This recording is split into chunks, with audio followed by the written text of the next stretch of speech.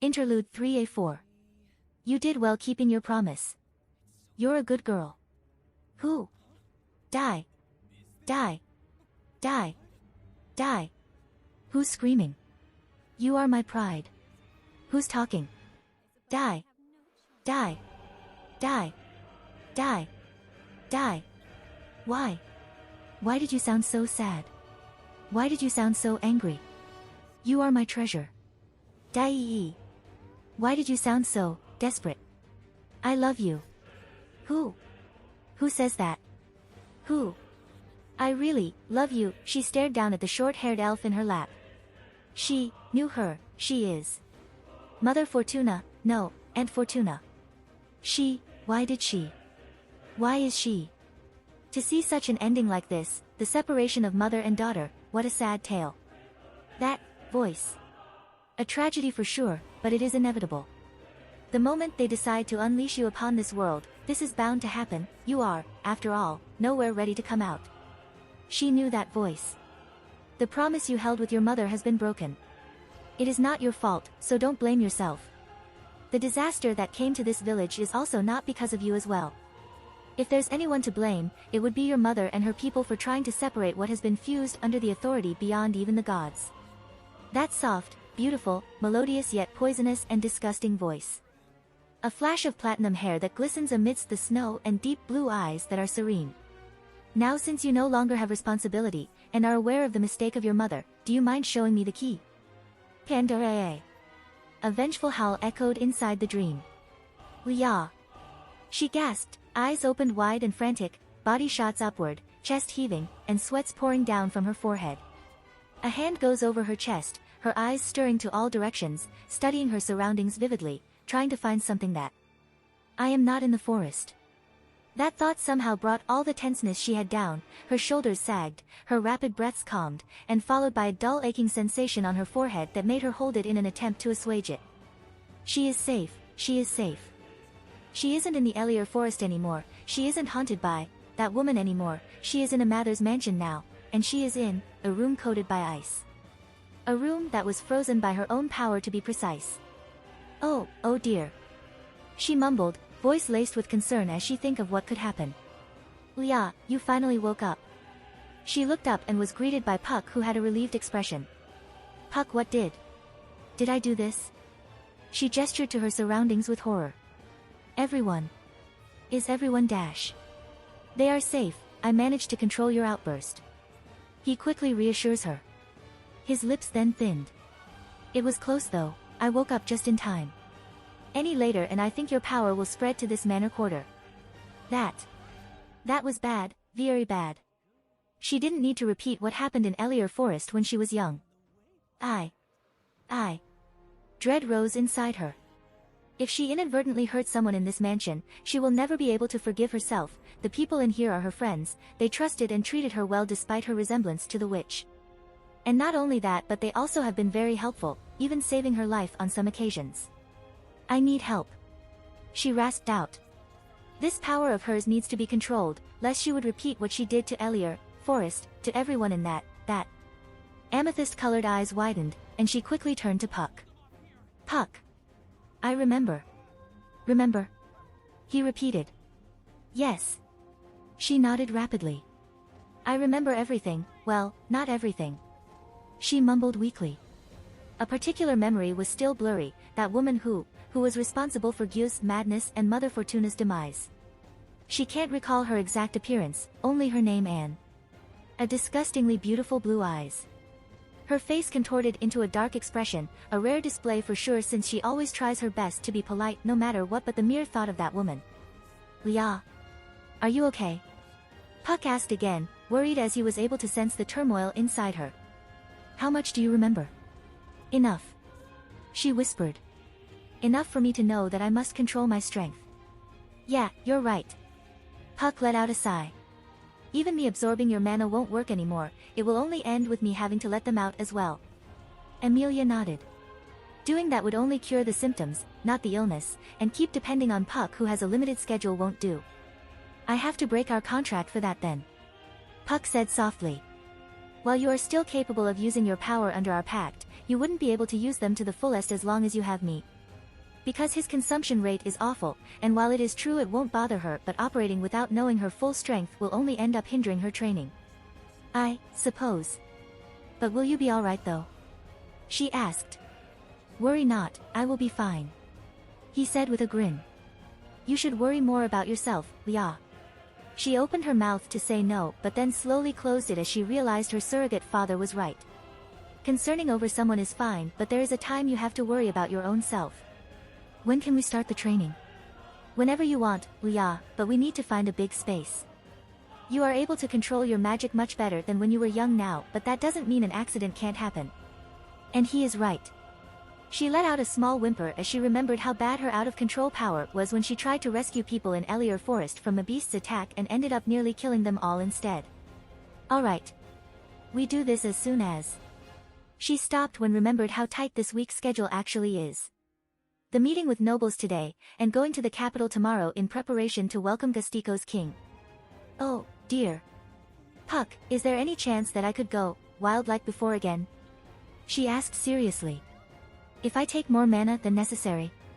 No, but it will be dangerous for you, and I also need to let it out somehow. Unless she wants Puck to turn this place into a frozen land, then yeah, no. How about me? Is there something I can do to help with this? She asked almost in a pleading tone. Puck curled his face in a thoughtful expression. We can start training now, I think, but to be honest, it won't help much. Yes, it will mitigate the recoil of your power if you have an outburst, but when our pact was cancelled, you will have a harder time controlling it. How so? I mean, we should start things small, yes? Then we take a slow step to the final line. Puck gave her a look for a moment before replying. Normally, yes, however, Lia, your gate is not small by any means. And after seeing how Aaron always has his spells explode with a small mistake, I am worried if you get accustomed to narrowing your output of mana in your current condition, you would apply the same pressure when our contract breaks, and if that happens, it could end up exploding more powerful instead, just like Aaron always blowing himself up, and unlike him who can survive even after being tackled directly and flung kilometers away by the white whale, Emilia is less durable than the Pendragon. But if we start big, I will be able to measure my gate properly and how to utilize my mana as a whole instead of piece by piece. That's right. Emilia takes a deep breath and closes her eyes. Her power needs to be brought under control soon, she cannot risk losing control much like before. And yet the timing just happens to be not available due to the meeting with Gastico's king that guarantees she will be very, very swamped. I need someone to monitor me in my sleep, just in case I lose control again. She concluded. This is the only option for her. Puck won't be with her during the night unless he pushes himself, and since he was inside the crystal, there could be a chance when he realized something it was too late. But who? Who could stand by her side and face her outburst unharmed? One person immediately stood out in her brain. Aaron. Possessing resistance against magical attack to an extreme degree, physically strong and capable of pulling down White Whale using his raw strength, and some sort of intuition that allows him to intercept an ambush or hidden attack, Aaron would be the perfect candidate to watch over her while able to rest as well.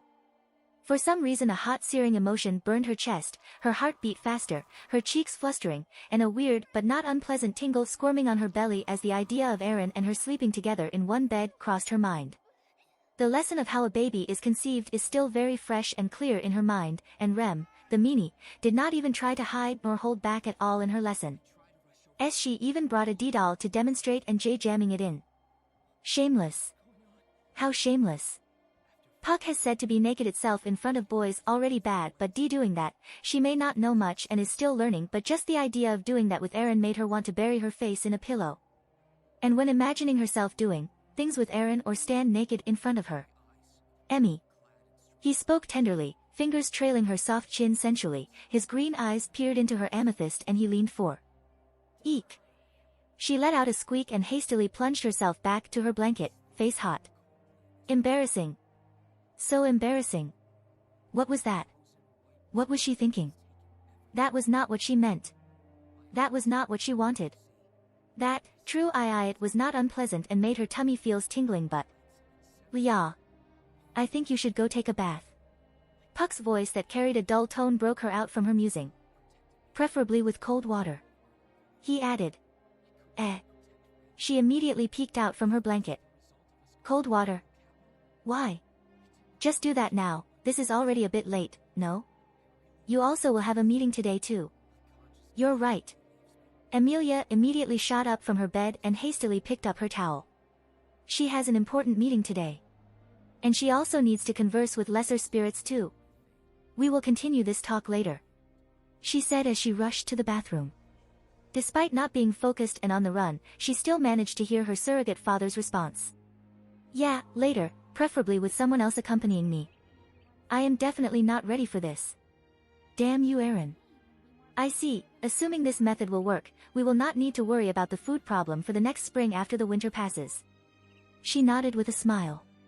Yes, since we will have stocks of vegetables and crops ready, so there's no need to increase the price too much, she commented. And since we will have a meeting with Gustico's king for a treaty in this weekend, if things go well we can make a deal with them about exporting some of our crops as well. The man who looks in the middle of his 20s with light green colored hair with blue eyes while wearing a clean uniform furrowing his eyebrows at the idea. It was not a bad one actually given how there is only a scant amount of fertile lands in Gustico territory. This will restore some of our economies, not very much at the beginning but it is a start, yes. He mused. And in the long term, the profit we could gain from this will be big as well. Yes. She nodded again in confirmation. That's my aim for this. We need to be careful in the distribution though, but I am sure Sage McMahon would be able to negotiate or have someone handle that matter. You don't intend to try to negotiate by yourself? She shook her head. No. While I am aware of the process to make this project and the benefits it would offer, I am hardly a person who can make the best deal from this. She admitted that much to the man before him. That sounds like you are just admitting your incompetence. He doesn't mean bad with it. She can tell just by her tone and body language. She is hardly an expert in reading people but she is at least aware of how it would be if someone tried to antagonize or be aggressive to her. It was a skill that she learned through her lone life in Elior Forest when interacting with the villagers there, and she honed it after she was sold out by them to prevent such a thing from happening again. And said skills have been honed recently ever since Aaron came into her life. All the sarcastic, dry, and crude comments he throws out, she manages, somehow, without full assistance of Puck, to decipher when he is being genuine or just being meanie. So she knew, despite him throwing harsh words at her, he didn't harbor any ill or bad feelings toward her, he was just throwing a fact. He doesn't mean bad, in fact, he is actually more curious than anything else now, he never harbored any negative or hostile emotions toward you ever since he met you. Puck's voice resonated inside her head, confirming what she thought about the man before her, and Emilia felt happy to hear that. It means her judgment isn't wrong. She still has a lot to learn for sure, but she can safely conclude at least she started good, yes? Meanwhile, she is debating this to herself. The woman who sits on the man's side seems not too happy with the man's words. Nisama. The madam immediately admonished him in a strict and strong voice. The noble's attire-garbed man visibly winced at her harsh tone. Forgive my brother, Emilia-sama, he is always a crude man at heart no matter how gentlemanly he dressed himself. The madam apologized genuinely while bowing her head, an act that was followed by her brother as well. It is fine, Madam Historia. Emilia replied with an insouciant smile. Your brother is hardly wrong though, compared to the other candidates, I am not the best person that is capable of handling negotiation. Due to her appearance, she barely has any proper social interaction, the only time she got one was ever since she stepped into this mansion, and even then she still didn't get much since she spent a lot of time studying to catch up with the kingdom state. Only ever since Aaron came that such a thing changed. She dared to step out of her safe place now and go to the public. She went down to the village a few times to talk with the villagers there in order to know more about how people interact. She also more active in seeking Ram and Rem presence so she could learn things better. She even asked Roswell for an update about her faction whenever she has the chance to. All of that has happened ever since she met that man 4 months ago. He brought a lot of changes in a very short time. And it was positive changes. The prophecy stated he will bring change to this kingdom. If the change he brought is something like this, then I am sure this kingdom will become greater. She thought confidently. But that doesn't mean I will remain incompetent. I will ask to be present at the negotiation so I can learn from the meeting. This is one of the conditions that I set as my requirement. While the man seems hardly perturbed by her declaration, his sister seems to be in delight judging by how her eyes shone with approving light. Indeed, learning to become better is a good trait of leadership. Emilia-sama, you showed a good foundation to lead people. She commented kindly. Thank you. Emilia responded with a kind voice. So, can I trust you too with this? We will try to implement these projects in our land as well then, the results should come out after several months, right? Madame Historia answered with a smile. Yes. If you need anything just contact me immediately through a letter or ask for the envoy who would be placed there. She told her. We will do that. She nodded before staring at the sky outside. My, the sun is almost set already, time sure does fly when one is chatting, yes? Emilia looked at the window as well and noticed she was right. Indeed, time sure flyy when one enjoys themselves. Indeed. Madame Historia agreed with a giggle. This has been an entertaining talk, Emilia-sama. I can see why dear father recommended us to hear your request, not just because he owed you in the battle against White Whale, but also your refreshing nature. Refreshing? She inquired, that sounds like a compliment but she is curious what it means. Let's just say you are a new sight for one who dabs into political business and to see someone so innocent in this can be very amusing. She explained to her with a smile. More like someone so gullible, I think. A jab from the elbow hit the brother on his stomach, prompting a grunt out of him, followed by a small glare that went ignored. In any case, since our matter is done, can we conclude this meeting then? Yes, thank you for listening to my request, Madame Historia, Sir Historia. She bowed to them respectively. The blonde-haired noble smiled, her blue eyes glistening with mirth. Just call us by our name, Emilia-sama, we are partners after all now. Alright, Emer-san, Randolph-san. Emilia accepted the offer easily. By the way, do you want to have dinner before leaving? The maids here can cook pretty well. Oh, no, it is fine. We already have some food prepared in our carriage, and we don't want to be a bother, you will be busy tomorrow after all, right? Yes, tomorrow is the day when she will go to the capital again, all royal candidates will be there once more, in fact, she suspects some are probably already there now, a particular green-haired woman. Alright then, if you say so, but the next time you visit, I insist for you to partake in my hospitality. We will happily accept them, Emer replied sincerely. Now then, we shall leave, I will see you in the capital at the party, Emilia-sama. Yes, I will see you there, Emilia said genially. She turned to Randolph who also bowed to him. Thank you, Randolph-san. You are welcome, Emilia-sama. Randolph said back in a polite voice. I apologize if I sounded quite crass back then, I am not one who usually minces a word after all. It is fine, I don't mind. Honesty is pretty good, no? It is. He agreed with her.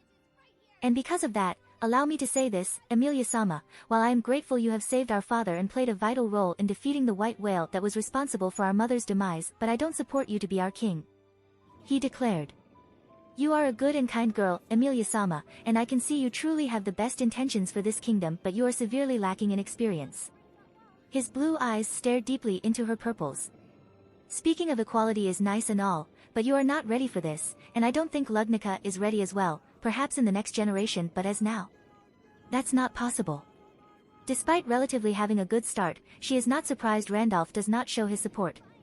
It was a natural thing, ruling a kingdom is not something that easy to do no matter what, even the wisest being still could make a mistake. I think no one will ever truly be ready to lead a kingdom, Emilia answered softly. It was a huge burden, something that unthinkable and cannot be decided in a short moment let alone just by one person like me.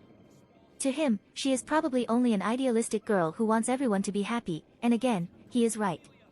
She wants equality for this kingdom so everyone can be happy, a place where everyone can work together in harmony to achieve peace. It was not possible. Saving everyone is impossible, she knew this, the children that were sacrificed by the cult for her, and the people that died in the battle against White Whale and that thing. However, ready or not, I will take that step. Emilia declared, her eyes shining with determination. It doesn't matter whether I can or can't but I must. This is the path that I have chosen. I will become a king because I want it and because in my eyes, the people of Lugnica need this as well. For a kingdom to prosper, they have to accept their own people first. Yet she will try to do so. Because she wishes for it, she wants this kingdom to be a better place for human and demi-human together. She is that selfish after all, and if she has to drag some people forcefully in the process, then she will do that. This is something that she has vowed to ever since she saw that light. So the tragedy that struck her forest will never be repeated anymore to anyone else. So no one will be ever cast out again and deemed a monster because of the mistake of one. Randolph's sharp gaze fell onto her, his body posture still robust and rigid like always. The half-elf feels like those blue eyes now were judging her. Do you intend to become a tyrant? Forcing your opinion on people just like that? He demanded coldly. No, I will listen, I will hear, I will consider, but there's a time that sometimes you have to act, and I think, this is the time. If we don't start now, then when? She asked back. The generations that started the Civil War mostly have passed away, and all that remains now is old hatred and the death, dwelling and keeping blaming each other is unhealthy. She closed her eyes briefly, recalling her own memories, the anger, the loneliness, and the sadness. She opened her eyes once again, steel glinting under those purple orbs. And I know it hurts, I know it is not easy, but we have to move on. She declared softly. One of the main reasons why the demi-human civil war broke out was because of prejudice toward them in the first place, and after the war people should learn, they should see the error and death from this, yet they didn't.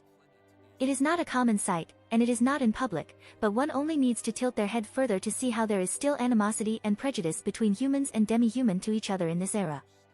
And she can understand why it happens, she can sympathize, as someone who has lost everything because of the effect of that prejudice, she knows well how much it hurts. That's why, it needs to stop. You are not as naive as you appear to be. Randolph declared, he seemed to look at her in a different light now. That's good then, those eyes of yours, perhaps you would be able to bring equality to this kingdom, in one way or another. I will. She said firmly.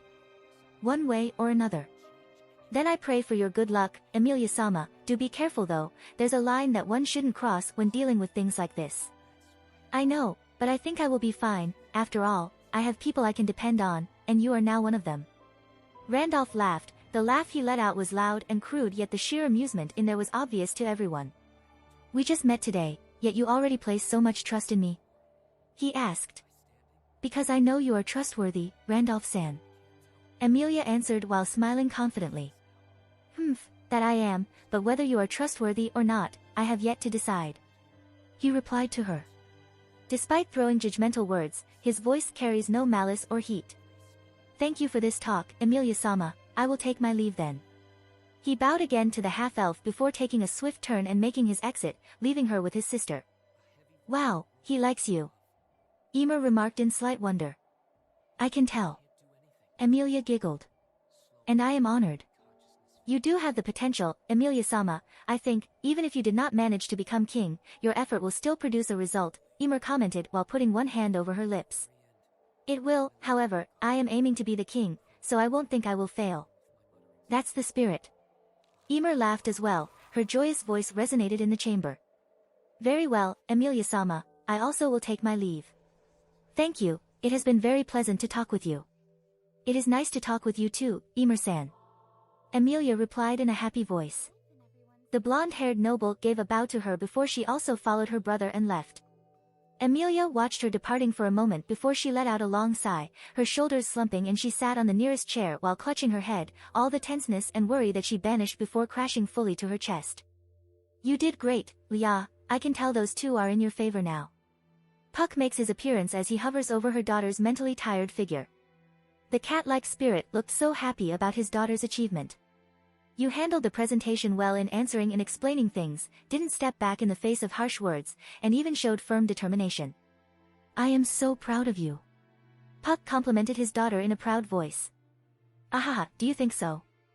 I was really worried, you know. I am pretty sure I fuzzled a bit in the presentation and did I come out too bumptious when talking with Randolph-san about the last topic? She was stuttering and speaking with uncertainty in some parts due to fear of misremembering things about the greenhouse project that Roswell and Aaron have concocted together. No.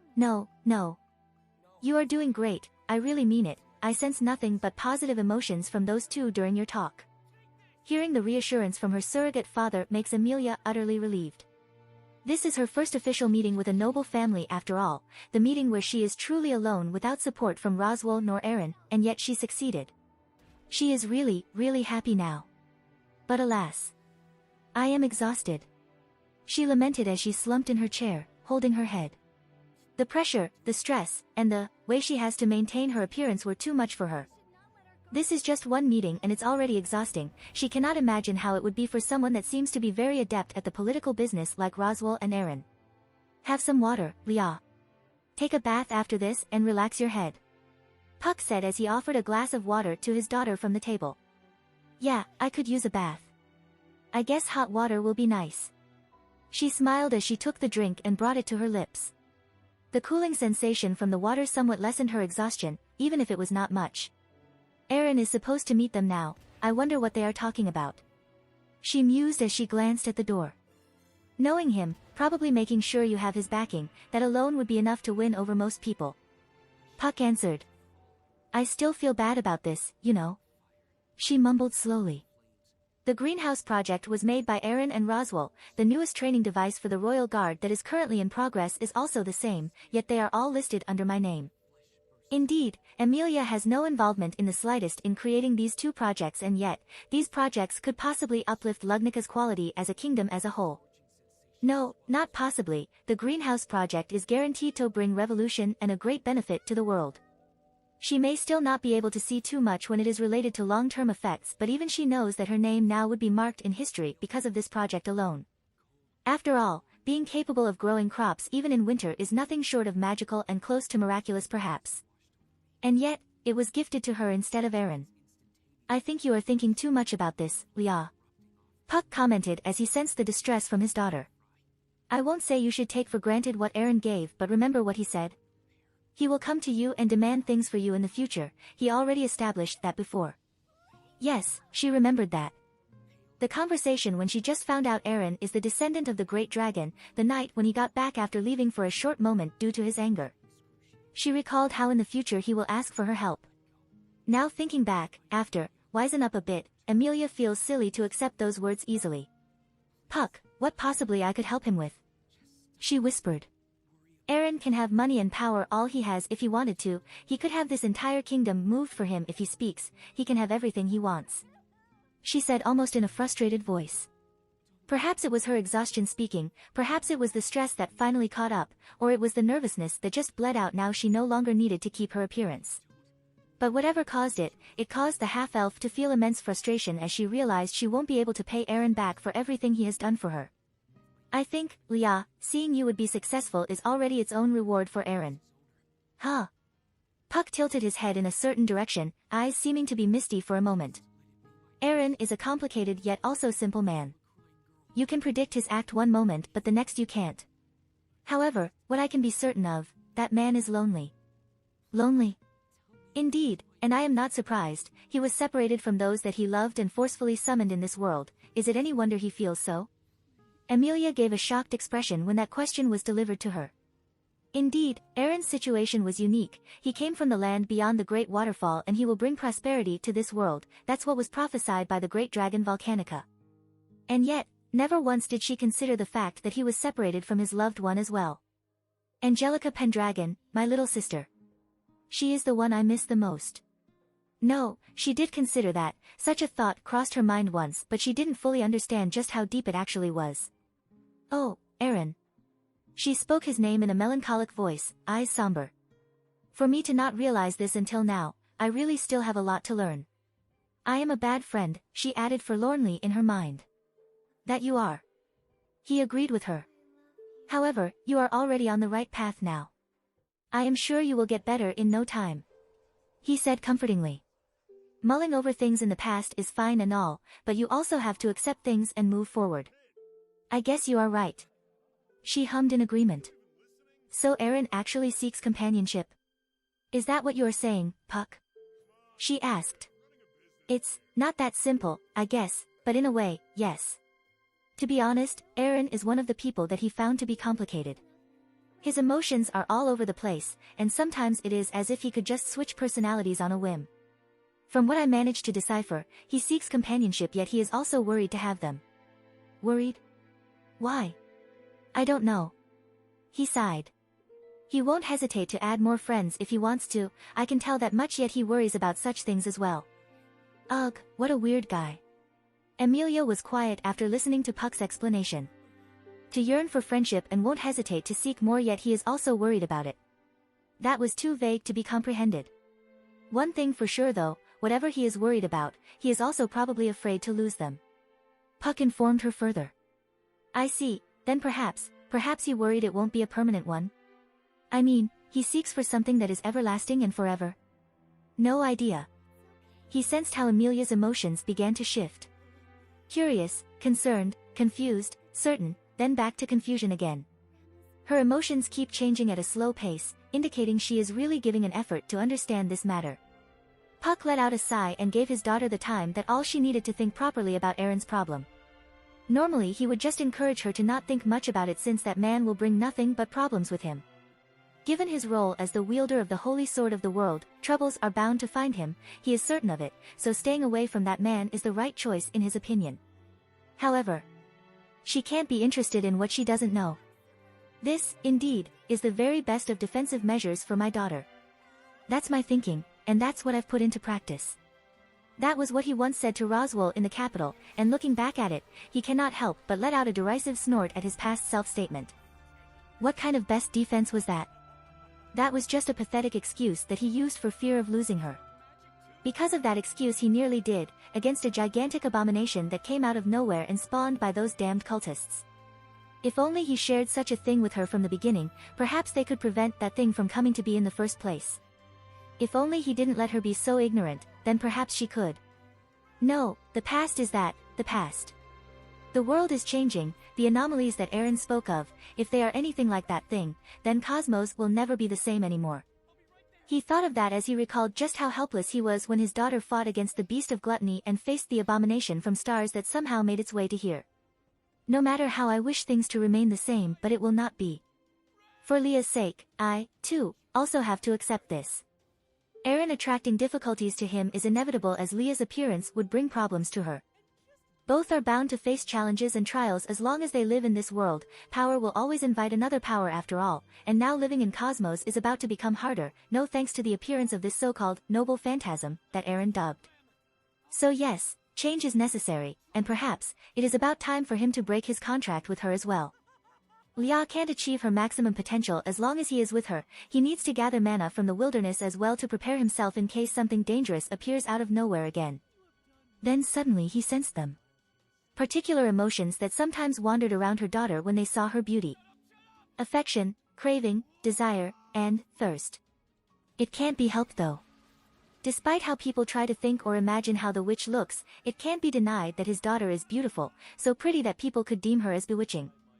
Normally he would glare and freeze them on the spot for daring to think of his daughter with such impurities, but this is not the case. It was impossible this time. After all, the source of those emotions came from his daughter. Permanent companionship. It was barely able to be heard, and anyone would even dismiss it as nothing but a whisper of the wind. And normally he would too, had the emotions that raging inside her was not very obvious. Leah, he called her, his voice rigid, snapping the girl from whatever was inside her mind now. Whatever you think, I don't think that was what Aaron wanted. He said in a voice that he very much hoped to be convincing.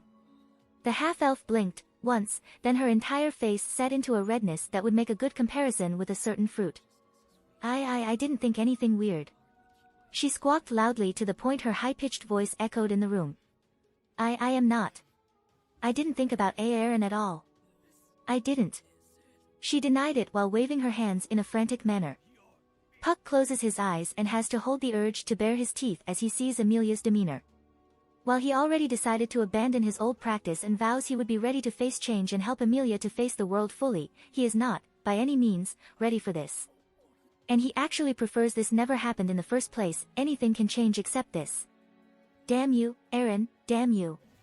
It wasn't fair at all, he knows it, but in his mind, Aaron Pendragon is somehow responsible for this, he just knows it.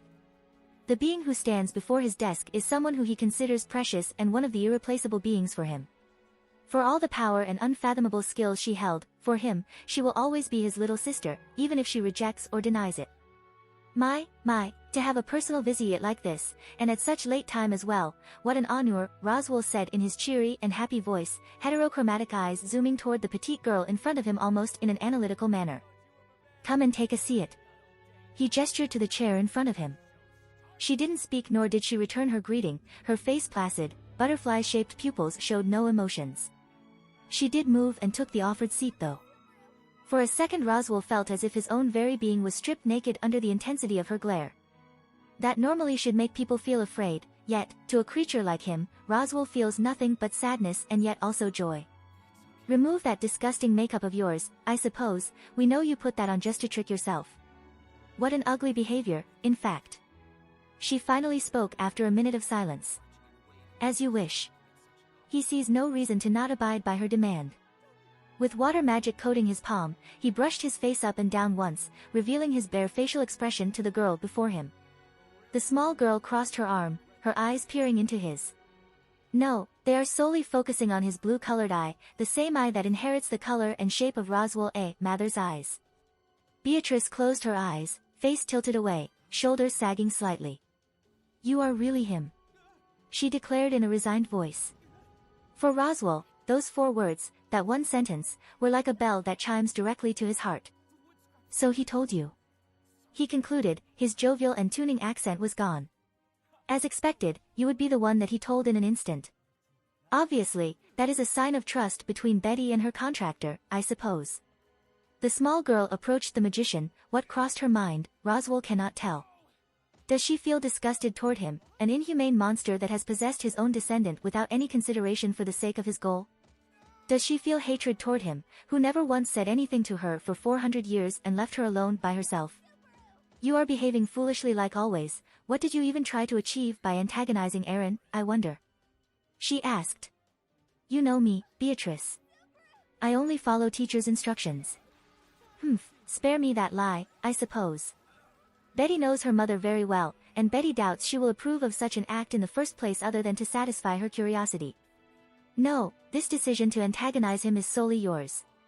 The girl who stood before him was, in fact, correct. There are never instructions or any commands for him to be discreet or cryptic toward the young man. The book even implies he should act as his guide and mentor indirectly. Well, in a way, he is. Roswell indeed tutored the young man indirectly, but the method of that tutor was never explicitly stated. Your jealousy of him is unbecoming, in fact. Betty doesn't know whether she should be saddened or glad you haven't changed at all, even after 400 years. The spirit statement was followed with a long sigh and indignation rose from his chest. I am not jealous of him. He denied it firmly. Who are you trying to fool, I suppose? She shoots down that defense instantly. Whenever Mother speaks about Aaron, you always make that ugly expression you have now. He has no response to that. Beatrice exactly nails the point. His teacher always spoke fondly about the holy sword of the world wielder, as she called him. Her eyes would twinkle in curiosity and excitement when that particular topic was brought up. And to say he didn't like it was an understatement. After all, what kind of man in love likes it when his romantic interests talk about another man so fervently? Congratulations, Betty's contractor doesn't like you thanks to your incorrigible attitude. In fact, he told Betty that he wished to kill you if it is possible. He can tell that much. The young man did not hesitate in the slightest when he was about to decapitate him back then, and he was narrowly saved because he mentioned Ram's name. But you speak on my behalf, I assume? He asked rhetorically. You make it sound like I want you to keep you safe. How presumptuous. Betty didn't promise she will save your life or stop Aaron from killing you. Betty just says she wants to meet you first before letting her contractor do whatever he wishes with your life, I suppose. A judgment. From her nonetheless. Roswell smiled, his eyes reflecting bitterness and dark emotions. If there's one person who he would allow to judge whether he should be condemned right here and now other than his beloved teacher, even if he still followed his book, it is probably none other than her. He closed his yellow-colored eye, staring at the girl with only the blues, the very same eye that she was familiar with. Then what do you think of me, Beatrice? He asked in a soft and low voice. Would you denounce me as inhumane? Beatrice fell silent, arms still crossed, face emotionless as always. I wonder, is it even a punishment if you want to be punished in the very first place? The one that has the right to judge you isn't Betty, it was those children whose bodies you have made your own and those who lost them, in fact. Beatrice doesn't have any issue with him using soul transcription. To her who has lived for 46BACF2ZK1W64WSWVH1Z2T2GTCJ2XWW P3QCTA WG8C4M6WSQ7 so 6 TKOPY2IBA9VWSDSNRSC about such thing. She wrinkled her nose in disdain. Ugh, is all that Betty thinks of the matter. Ugh, eh. That sounds like a declaration of disgust. it is so fitting for a man like me. Roswell accepted the judgment with self-deprecating chuckles. Since when you are not disgusting, I suppose? Beatrice snarked at him. If he expects any mercy or comfort from her, then he will have none, in fact. No matter how much time passes, you never change, Beatrice. You are the same as you were then. Roswell says that with a sigh and small smile. What is that supposed to mean? I will have you know Betty is always great and magnificent. Roswell only let out another laugh at that declaration. For the first time after a very long time, he feels his heart is so light for some reason from this small conversation. The duo fell into silence after that, doing nothing but stare at each other. For Roswell himself, it truly has been a while since he got a chance to look at Beatrice from such a close distance and for such a long time like this. She always makes it clear she wants nothing with the rest of Roswell, after all, and always closes herself in her library after he is supposed to pass away. She only came out often recently ever since that young man came, ever since it was made clear that he will always spend some of his time with her, be it in her library or outside, and there's nothing she can do about it since he was almost immune to any form of offensive magic. It makes him wonder, did she unconsciously already know that Aaron Pendragon is her chosen one? Or was it just because she finally reached her limit and was desperate enough to any form of contact? Roswell, what exactly does Mother instructs you to do? Beatrice asked. Betty didn't ask the steps, Betty asked what actually you're trying to achieve through your book. What else? To resurrect teacher. Roswell answered. To get her back with us so she can guide me again just like before. After all these years. That is what are you trying to achieve? She asked ludicrously. What are you? A baby that needs to be spoon-fed by Mother? And is there anything wrong with that? He answered the scathing comment with a serious voice. I am still lacking. Despite having lived for 46PAKFKNH52ZK1W64WSWVH1Z2T2 GTCJ2XWWP3QCTAWGH7 TKOPY2IBA9VWSDSNRSC laments his own powerlessness when everything was taken away from me. I may have the intelligence and strength, but I lacked the wisdom, and who else is the best person to seek when it is about wisdom other than my teacher or your mother? Such logic was not flawed inside his mind, and Beatrice, who knows just how marvelous her mother was, found there's nothing wrong with that statement. Indeed, there is no better person to learn from if you want to gain wisdom other than Echidna, the Witch of Greed. But even so, wisdom is something that is accumulated through experience and life, I suppose. As great as Mother is, Betty doubts that she has unmatchable wisdom immediately after she is born, in fact. Roswell, while there's nothing wrong with your decision, do you truly have done nothing but waste your time for 400 years for this? There's nothing wrong with Roswell's wish to resurrect Echidna and to learn from her again in Beatrice's opinion, but there's something fundamentally wrong and foolish if in that span of 400 years he closed his eyes to the future and just waited for a lesson from her mother. And aren't you doing the same, Beatrice? You, who have been waiting for Aaron Pendragon to come and make a contract with you for 400 years. You know that is not what I mean, in fact. Both are different cases. Betty's purpose and instructions were actually that, to wait for her contractor. Mother directly told her that while the book she gifted to you was not meant for this. It was almost incomprehensible for her, as far Beatrice knows, never once Mother told Roswell to actually resurrect her or something like that. She just gave him the book, told him it will help and guide him, and that's it. But this lifestyle and everything. Roswell's face mellowed, eyes partially closed. Don't look at me with those eyes, Beatrice. Don't. Anger, loathing, and disgust he could take, he would be more than willing to accept them because he knew he deserves them, but sadness and pity, from Beatrice of all people. Why? Roswell, why? She asked almost in a pained voice. Because I love her. Roswell answered. And I am certain that true, teacher wouldn't approve of this, but she won't deny my love. Of course she wouldn't. Mother is too kind. Do you intend to weigh her heart? Her mind? That's not what I want, and you know it. He nearly snapped right there, implying he would hurt his teacher willingly. That is an insult that he won't accept. Even so, he can't restrain the pained and hurtful emotions from his voice. Because those words have deep meaning coming from Beatrice. Then stop this. Beatrice yelled, there was anger and hurt in her voice. Changes, Roswell. It is not too late even for you. The magician can only close his eyes almost in a mournful manner. And he truly mourned for what happened to the young man who he used to be. Perhaps, the young man that he used to be would look at him with disgust and kill himself if he were to see what he would become. Perhaps, but I want to see her first, I want to meet her first. I don't want to see her as a changing man, I want to be as much as I was when I met her. Their meeting is inevitable now, his gospel has finished, and the rest is up to his teacher and Aaron Pendragon. He has no further instructions other than telling him to prepare himself and Aaron Pendragon for their reunion in this lifetime. Roswell L. Mathers will be the last Roswell after 400 years of struggle, and he is very elated to find the end of his journey. And before his journey ends, he wants to meet her once again, he wants to see those beautiful all-consuming black-colored eyes once more, just one more time. That reason, Betty can accept at least, foolish it is, I suppose. Beatrice said in a resigned voice. Things are also already in motion as well, after all, in fact. Thank you, Beatrice. Don't thank Betty. Betty accepts that reason, but that doesn't mean I would allow it to continue. She snapped at him. What you do with your life is up to you, I suppose, you are free to do whatever you want, but Betty won't allow it if it is in front of me. Makes sense, except I am sure you will keep your eye on me from now on. Roswell thought with a mix of mirth and sadness. She cares for him, even if she didn't say it aloud, her actions are all that he needs to know her real feelings. And knowing she cares for him to such a degree, it made him happy and disgusted toward himself more.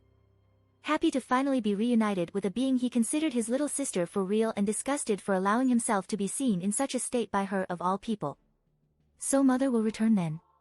Beatrice murmured, a conflicted expression evident on her face, yet there is obvious joy in her eyes. Just like him, she is also longing for her presence. Betty's contractor says your gospel is blank now, that means your role is finished, I suppose.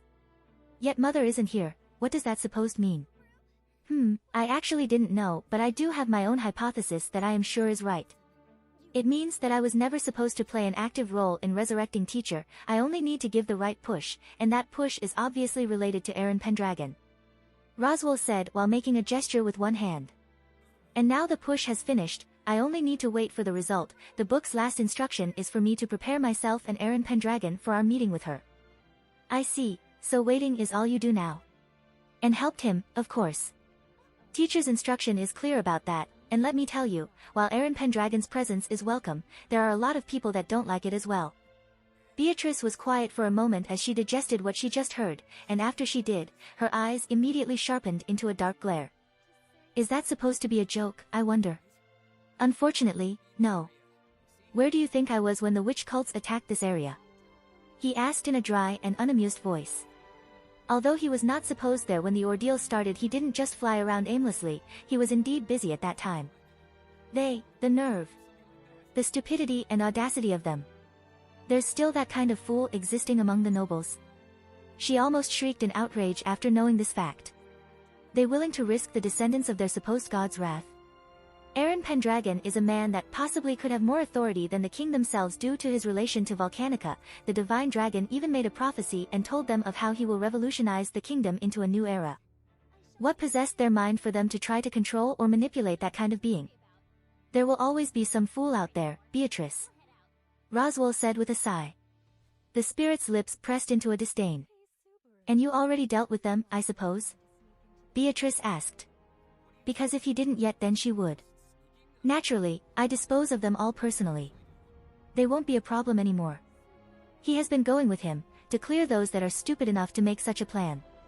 Because the man agrees, for the greater good of Lugnica, one shouldn't try to cause complications with Aaron Pendragon. A being like him shouldn't be manipulated behind the shadow but steered openly to gain his favor. Good. Beatrice grunted vindicatively. Fewer fools taking up space in this world, I suppose. She shook her head with a sigh. So you are really on Aaron's side now? Until Mother returns at least. Yes, I intend to present nothing but the best of myself through my own effort for her, so I can promise you that I will not harm or try to antagonize him anymore, well, not too much for the latter. He added the last part with a short pause. If you do that, Betty won't hesitate to put you down, I suppose. Beatrice said flatly, yet the magician knew she would carry that threat if things came down to it. And also, what with you and that older demon, I wonder? Aaron told you to ask me about her, didn't he? Betty doesn't know what you are talking about. Betty asked this because he is fond of that girl, yet they barely talk to each other now. That actually could be the truth, and yet it could be not as well. a vague statement that can be interpreted both ways. My, what a cold-hearted move. You probably know I am fond of Beatrice no matter how I try to hide it. And you plan to turn her against me, at this time and this moment. He laughed dryly inside his head. Ram, our relationship is, let's just say our contract has finished, and well, as the one that lost, Ram didn't take it very well. Beatrice's one eyebrow rose inquiringly. So she is right now throwing a tantrum, I suppose? It is not as simple as that. Roswell rebuked that statement immediately. Then explain, because this is also related to Betty's contractor as well if it is not. She won't even give a single thought about it. It's complicated, very. Roswell sighed. Ram's matter, she just learned how deep actually the problem she tried to solve. He let out a small chuckle. And she finds herself unable to accept it. It was ironic, to think it was the little sister who tried to emulate her is the one that stepped out from their narrow world first, and she ended up successful in doing so. And when the big sister, who was supposed to be the better one, tried to do that, she ended up failing instead. Do you love me enough to abandon your little sister? Because that is the kind of man I am, Ram. Your sister or me. Our contract may end here, Ram, but unlike Aaron Pendragon, I will not make a promise to not harm you both. As a matter of fact, I expect you both to do that for my sake from now on regularly since there's a chance he will come for my life whenever he has the excuse. That girl, what a disappointment. Roswell let out a sigh while holding his head. He thought she would be the one that would bring revenge and punishment upon him, he would even be willing to negotiate with his teacher about her as well, but she somehow became in love with him. Claiming she would be able to love her sister and him at the same time, how greedy of her, yet this kind of greed is somehow like an insult to him. With such a heart, body, and mind that fragile and incorrigible, what kind of love would she give to them? The fact she needs Aaron Pendragon's assistance about Rem's matter is proof enough that her love is simply a cheap emotion for him, something that is born out of madness and foolishness. To begin with, she is unable to understand him in the slightest, so how could she claim that she truly loves him? Perhaps if she didn't love her sister so much as well, if she sees him like the way he sees her teacher, then she possibly would be able to understand him, but alas, that is not possible. So far, only 3 people who probably could understand him, the first is his teacher, the second is the girl that stands before him, and the third is the second person's contractor. And the third one definitely hates him for it. Tell Aaron Pendragon whatever you wish about Ram, as far as I care, she is only my subordinate, and I would gladly let her go and fund her life if she wished for it, her service has been great after all. So in other words, you washed your hands off her already? Yes. He nodded. In the first place, I am sure your contractor already has some suspicion of what is wrong with Ram in the first place, he just hesitates or doesn't have the chance to talk with her. He then smiled.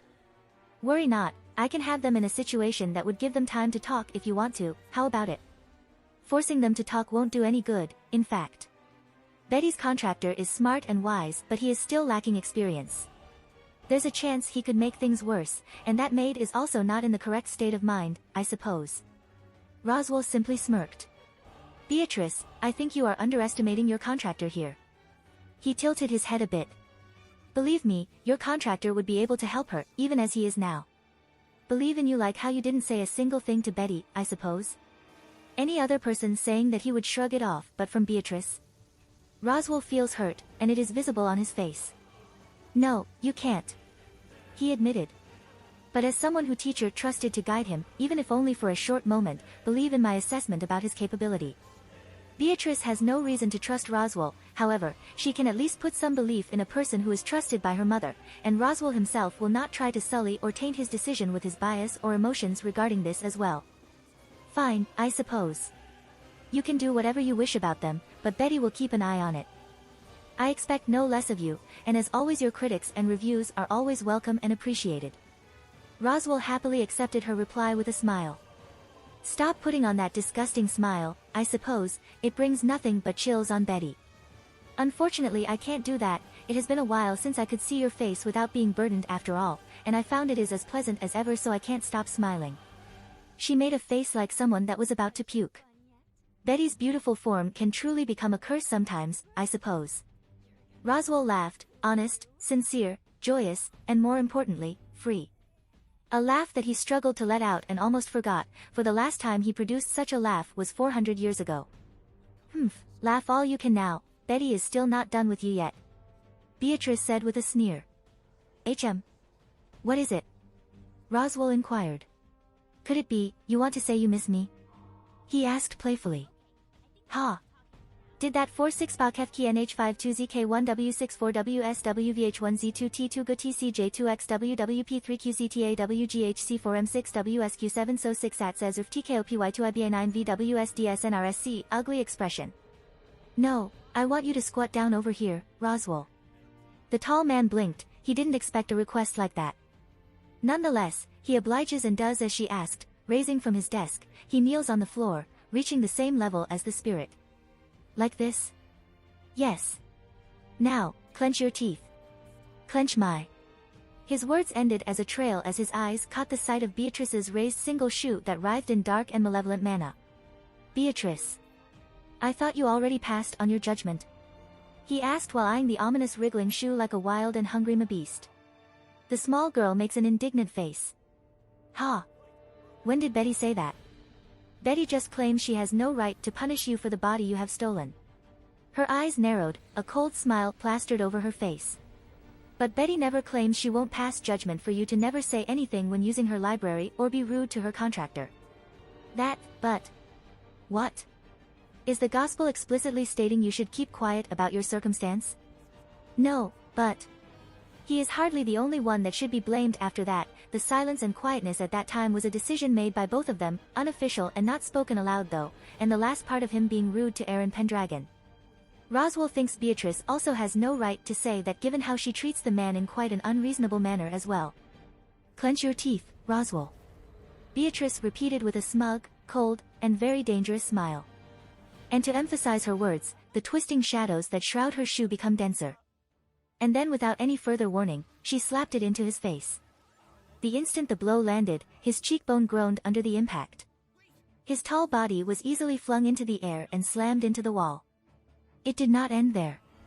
The momentum sent him right through the mansion's wall, blowing his body into the outdoors. The small girl stood over the destroyed wall and put her shoes back, eyes peering down to the man that was now in the garden and sprawled painfully. Already she could hear the scramble of footsteps from the residents of this building, but she did not care. Next time, Betty will drop you from a taller place, in fact.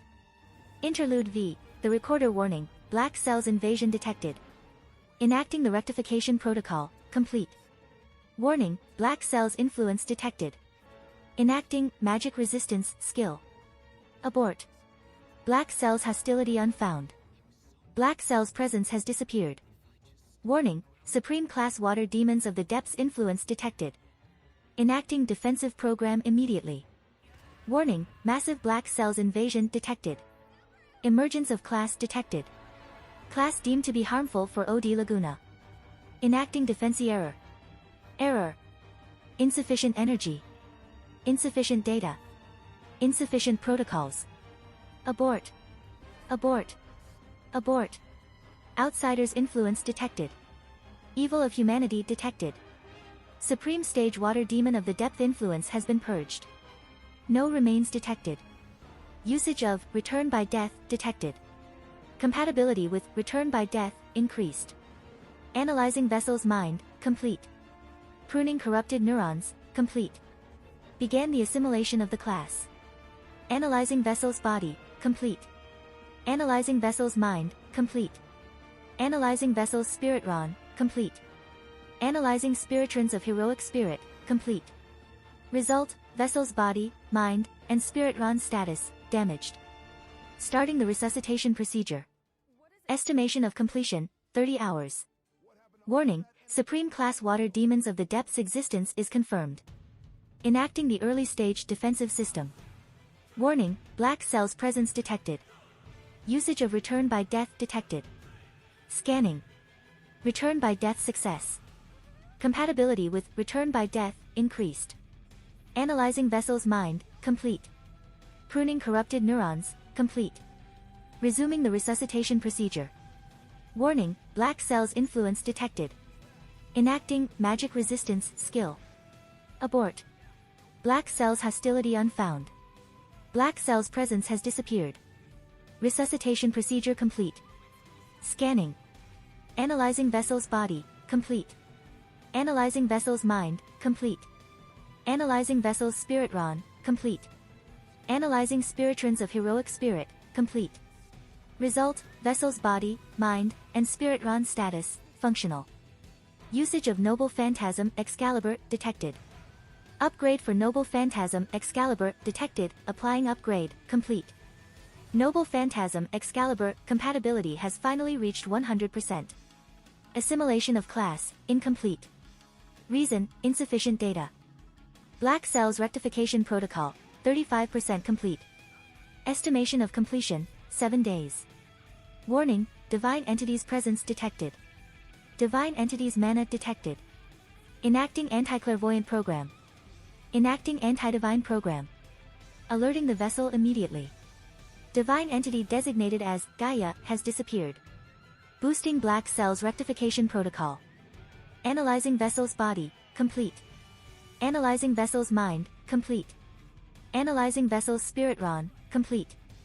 Analyzing spiritrons of heroic spirit, complete. Result, Vessel's body, mind, and spiritron status, functional. Installation of caster class detected. Estimation of completion, 24 hours. Assimilation of caster class completed. Noble Phantasm Song of Grail has yet to be accessible. Reason, compatibility has yet to be reached, insufficient data storage. Assimilation of class, incomplete. Reason, insufficient data.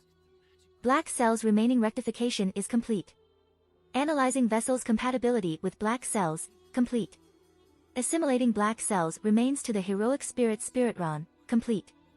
Assimilating Black Cells remains to the vessel, complete. Calculating Divine Aura Incompatibility, complete. Installing Divine Resistance. 25%. Estimation of completion, unknown. Important, new Black Cells data detected. Upgrading the terminal. Upgrading the rectification protocol. Upgrading the vessel's compatibility. Upgrading Black Cells defensive system. Upgrade complete. Important, sufficient energy detected. Applying the energy to the vessel's spiritron, complete. Installation of Dragon Reactor Core skill, complete. Installing Protection of the Ends of the World skill, installation failed. Reason, insufficient energy. Omake, non-canon under the guidance of Vainglory. I blinked. Once, twice, and then thrice, and I kept on blinking as I stared at my surroundings, trying to comprehend what I saw and what in the name of heaven was going on. I'm in an empty hall. No. In an open street where the sunlight directly shined and where the dry wind washed over me. Which is strange considering I was supposed to be inside a building. An auditorium where I can watch a cosplay show, to be precise. As a matter of fact, I'm wearing a costume now, complete from the top to the bottom, along with the wig and contact lens. So how the hell, when I entered that damn door, did I suddenly appear standing here? Outside of the building and in the middle of a forest? No, I am being honest, I do appear in the middle of a freaking forest. One moment I entered a gate and then poof. I looked back to where I came from, hoping to find the door that brought me here, but as I expected, I found nothing. There's no door, red carpet, or any sign of modern furniture, only another view of the greenery of the forest. Fuck. Did I get transferred to another world? I asked in bewilderment. I knew that tropes became a trend recently, a new manga also popped up about how people reincarnated in a new world after their death, but this isn't a joke. I almost growled as I frantically began to look around. I don't have time to be transferred to another world or something like that. I have things to take care of on Earth, my father, mom, and little sister, they still need me. I have to go back. Like hell, I am going to waste my time like this. Calm down, Aaron. No need to panic. First, try to think rationally. Remember how all the transfer to another world trope usually goes. True, it wasn't much given this thing just became a trend, but if we apply the usual anime or game cliché things, then found you. What the? A melodious, feminine, and tender voice reached my ears and I quickly turned around in the direction it came from. And I was immediately mesmerized by her.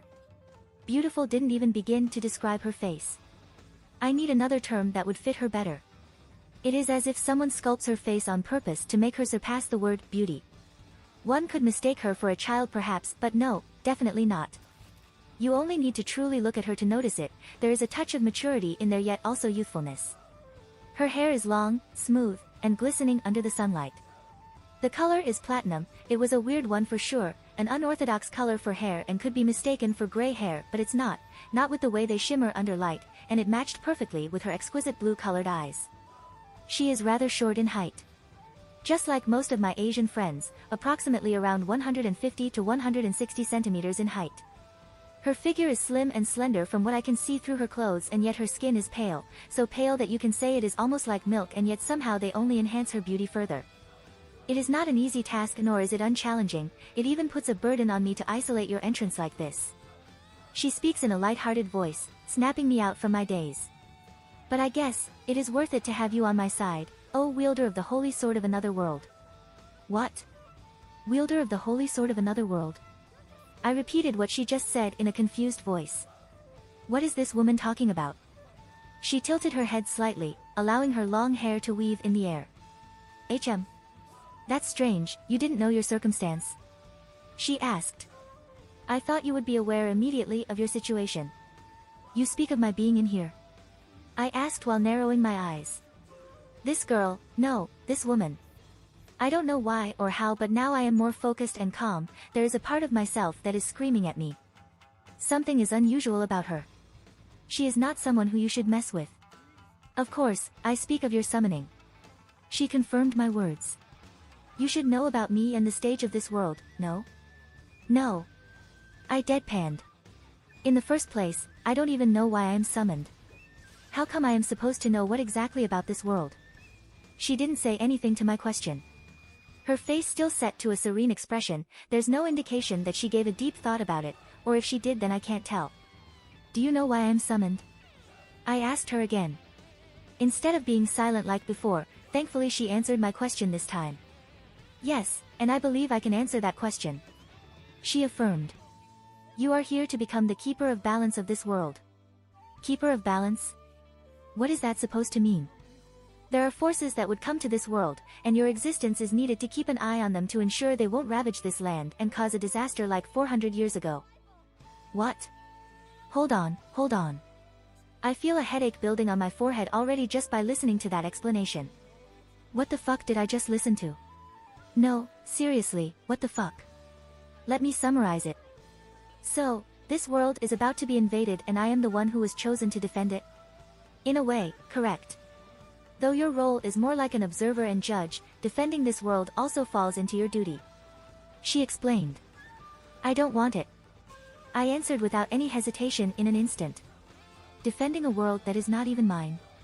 Not just that, it also has the nerve to drag me away from my family. Absurd. What kind of moronic person do they think I am? I have loving family and friends who are waiting for me. I already have a good and content life, and even if I didn't, I still love my family. The thought of never being able to see them again brings nothing but nausea. Like hell, I would want to part away from them. Especially my little sister. Unfortunately, that decision is not mine, nor it is yours to decide. The woman before me spoke what sounded like damnation to me. Wielder of the holy sword of another world dash. Erin. I cut her. Erin Wilson, use my name instead of that title. Seriously, what a mouthful epithet. The woman paused, her eyes narrowed a bit for a second before settling back into half-lidded like before, and had I not focused on them I would have missed it. I wonder. What is this woman thinking? Erin Wilson, very well. Since you have introduced yourself I shall do the same. My name is Pandora. She said kindly. Pandora, not gonna lie, after hearing that name and taking a look at her appearance again, I found her to be familiar somehow. Like, I had seen or read her description somewhere. Oh dear, I am transported to a world that I actually know. This means, it is an anime, manga or game world judging by how I barely watch any cartoons or movies, and I still remember them all because of their small numbers. No wonder she told me I should be aware of this world stage or something like that. So this is an AU then.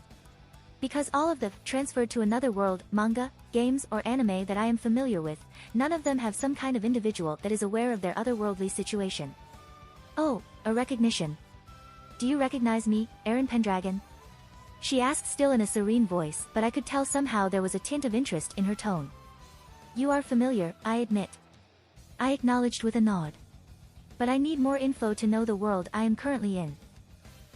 Does that mean you possess knowledge not just of this world but of another as well? She asked again, this time the interest in her voice was no longer hidden. In a way, yes. I said while pausing a bit. Give me a moment to think. Take as much time as you wish, Aaron Wilson. Thank you. I closed my eyes and took a deep breath. My mind is frantic due to so much information, yet I pushed that emotion down as best as I could.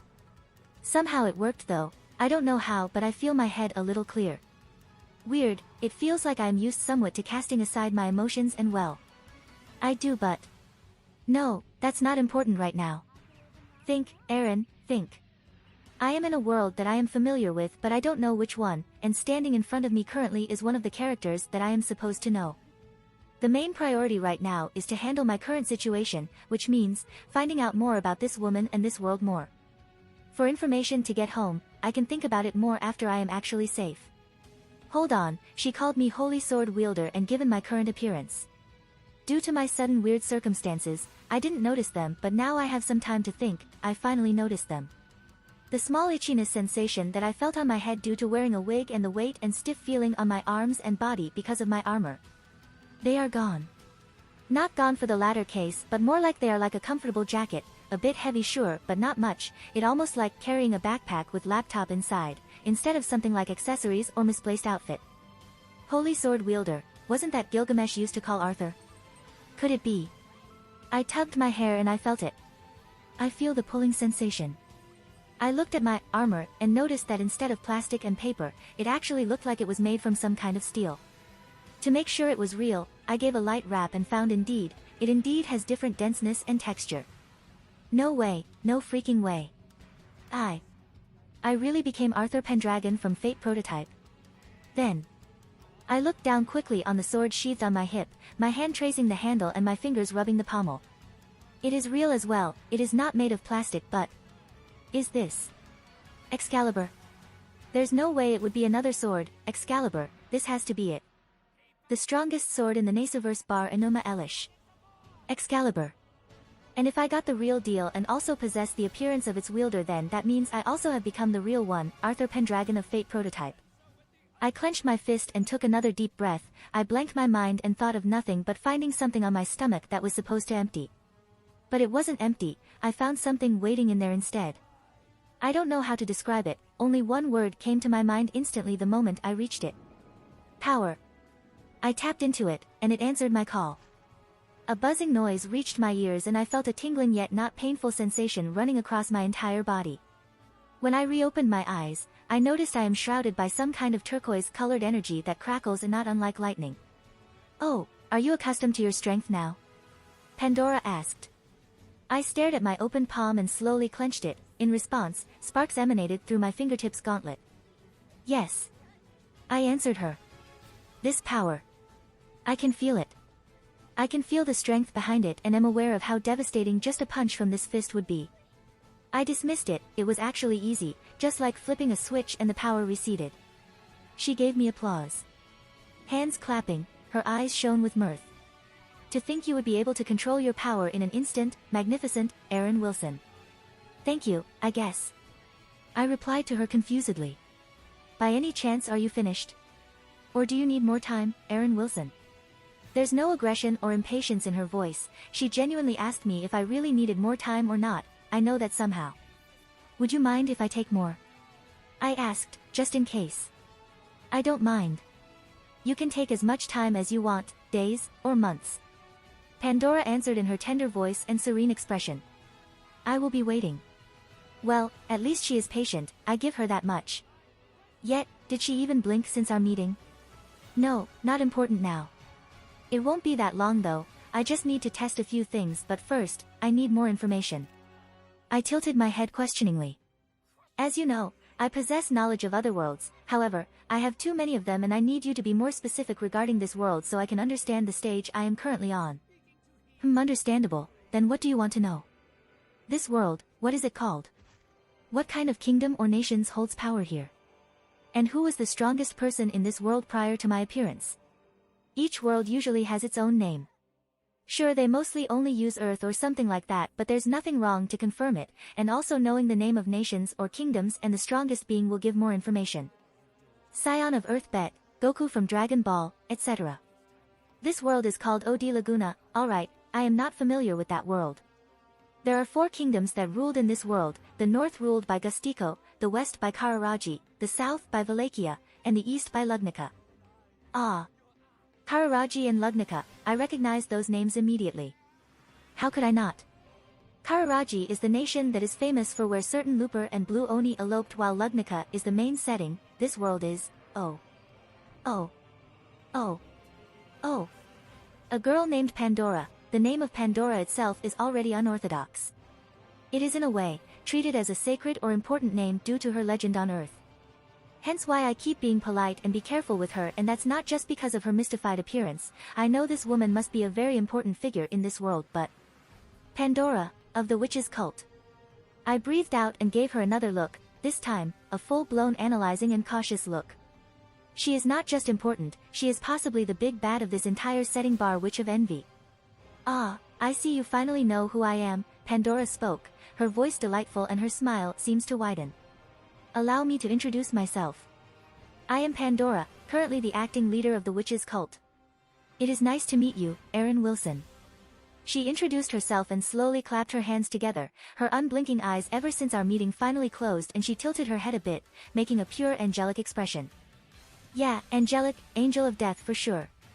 Of all the people that I met immediately when I got transferred, why? Why does it have to be? I expect great things in our relationship from now on. Do take care of me, just like I would take care of you, Aaron Wilson. Fuck, I am screwed.